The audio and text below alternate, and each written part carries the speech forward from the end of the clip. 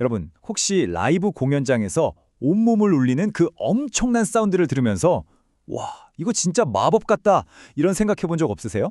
근데요, 사실 그 뒤에는 아주 복잡한 물리 법칙하고 씨름하는 음향 엔지니어들의 보이지 않는 노력이 있거든요. 오늘 바로 그 신호의 여정을 한번 따라가 볼까 합니다. 이건 마법이 아니라 아주 철저한 과학의 세계랍니다. 자, 바로 이 문장이 오늘 우리가 이야기할 모든 것의 핵심, 뭐랄까, 뼈대라고 할 수 있습니다. 음향 시스템에서 일어나는 모든 문제, 모든 현상은요, 사실 과학적으로 다 설명이 가능해요. 그리고 우리의 목표는 바로 그 원리를 파헤쳐 보는 거죠. 자, 그럼 시작해 볼까요? 오디오 신호가, 그러니까 소리가 만들어져서 우리 귀에 닿기까지의 여정이 이게 사실 생각보다 엄청 험난한 길이거든요. 엔지니어들의 진짜 목표는요, 완벽하게 소리를 전달하는 게 아니에요. 어차피 불가능하니까요. 그보다는 피할 수 없이 생기는 손상을 어떻게든 최소화하는 것. 그게 바로 그들의 미션입니다. 네, 바로 이겁니다. 모든 사운드 시스템의 단 하나의 목표죠. 타영의 원래 모양을 최대한 그대로 지켜서 전달하는 것. 신호가 처음 가졌던 그 고유한 모양 있잖아요. 그걸 찌그러뜨리거나 바꾸지 않고 있는 그대로 보내는 것. 이게 핵심이에요. 자, 이 그림을 한번 보시죠. 이게 바로 신호가 거쳐가는 여정입니다. 소리 소스에서 출발해서 믹서, 프로세서, 앰프 이런 장비들을 통과하는 전자적인 길을 쭉 지나가죠. 근데 진짜 문제는 지금부터예요. 가장 예측하기 어렵고 가장 험난한 구간, 바로 저 마지막 스피커에서 나와서 우리 귀까지 공기를 뚫고 오는 길입니다. 여기서는요, 신호가 막 벽에 부딪혀서 되돌아오기도 하고 옆에 있는 다른 스피커에서 온 신호랑 섞이기도 하고 정말 수많은 방해꾼들이랑 싸워야 하거든요. 그렇다면 이 험난한 여정을 신호가 무사히 마치게 하려면 어떻게 해야 할까요?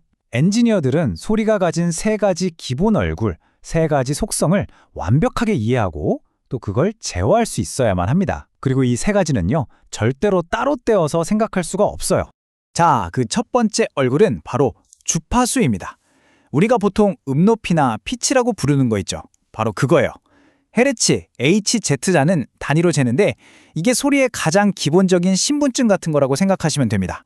자, 여기서 정말 중요한 포인트가 나옵니다. 주파수는 사실 시간과 아주 밀접한 관계가 있거든요. 때려야 뗄 수 없는 완벽한 역수관계, 이게 바로 소리의 두 번째 얼굴, 주기입니다. 예를 들어서 1000Hz 신호가 한번 출렁하고 진동하는 데 걸리는 시간, 이게 얼마일까요? 정확히 1000분의 1초, 그러니까 1m초예요. 이건 예외가 없어요. 절대 변하지 않는 물리법칙입니다. 자, 이제 소리의 마지막 세 번째 얼굴을 만나볼까요? 바로 파장입니다. 방금 봤던 주파수랑 주기가 소리의 시간에 대한 이야기였다면 파장은 공간에 대한 이야기예요. 그러니까 소리 파동이 한번 출렁이는 동안 실제로 앞으로 얼마나 나아갔는가, 그 거리를 말하는 거죠. 이 거리는 소리가 어디를 지나가느냐에 따라서 달라져요. 공기 중일 때랑 물속일 때랑 기류가 다르다는 거죠. 아, 근데 파장이라고 하니까 뭔가 좀 어렵게 들리죠? 그럼 이렇게 한번 생각해 보세요. 아까 말했던 그 1000Hz 소리 있잖아요. 걔가 공기 중에서 한번 출렁일 때 나아가는 거리가 대략 34cm 정도 돼요. 딱 여러분 팔뚝 길이 정도. 그쵸? 그러니까 둥둥 울리는 낮은 저음은 파장이 훨씬 길고 찢어질 듯한 높은 고음은 훨씬 짧아지겠죠. 자, 그래서 핵심은 이거예요. 주파수, 주기, 파장, 이 세 가지는 각각 다른 게 아니에요. 그냥 하나의 소리가 가진 세 개의 다른 얼굴일 뿐이라는 거죠. 그래서 진짜 실력 있는 엔지니어들은요, 시스템을 조절할 때 항상 이 세 가지를 머릿속에서 동시에 생각합니다. 그래야만 최고의 소리를 만들어낼 수 있거든요. 자, 지금까지 소리의 세 얼굴을 봤죠. 이제 이걸 가지고 파동의 세계에서 일어나는 가장 드라마틱한 현상을 한번 들여다볼 거예요. 똑같은 소리 두 개가 만났는데 어떨 땐 소리가 두 배로 커지고 어떨 땐 감쪽같이 사라져버리는 현상. 바로 위상 이야기입니다. 자, 화면을 보세요. 여기 똑같이 생긴 소리 신호 두 개가 있습니다. 주파수도 같고 크기도 같아요. 파동이 올라가는 지점, 내려가는 지점, 모든 타이밍이 완벽하게 딱 맞아떨어지죠. 이걸 바로 위상이 같다. 전문 용어로는 위상차가 0도다라고 말합니다. 자, 그럼 이 두 신호가 한 지점에서 딱 하고 만나면 과연 어떻게 될까요? 보세요. 바로 이렇게 됩니다. 두 파형의 힘이 그대로 더해져서 파동의 높이, 즉 진폭이 정확하게 2배가 됐어요. 음향에서는 이걸 6dB 커졌다라고 말하는데요. 두 에너지가 힘을 합쳐서 더 강해진 거죠. 이걸 바로 보강 간섭이라고 부릅니다. 아주 이상적인 상황이죠. 자, 그럼 이번엔 상황을 좀 바꿔볼게요. 똑같은 신호 두 개인데 이번엔 아래쪽 신호를 180도, 그러니까 완전히 반대로 뒤집어 봤어요. 위아래를 바꾼 거죠. 이제 한쪽 파동이 위로 올라갈 때 다른 쪽은 정확히 아래로 내려가게 됩니다. 자, 이렇게 정반대로 움직이는 두 신호가 만나면 어떻게 될 것 같으세요? 놀랍게도 결과는 완벽한 침묵입니다. 아무 소리도 안 나요.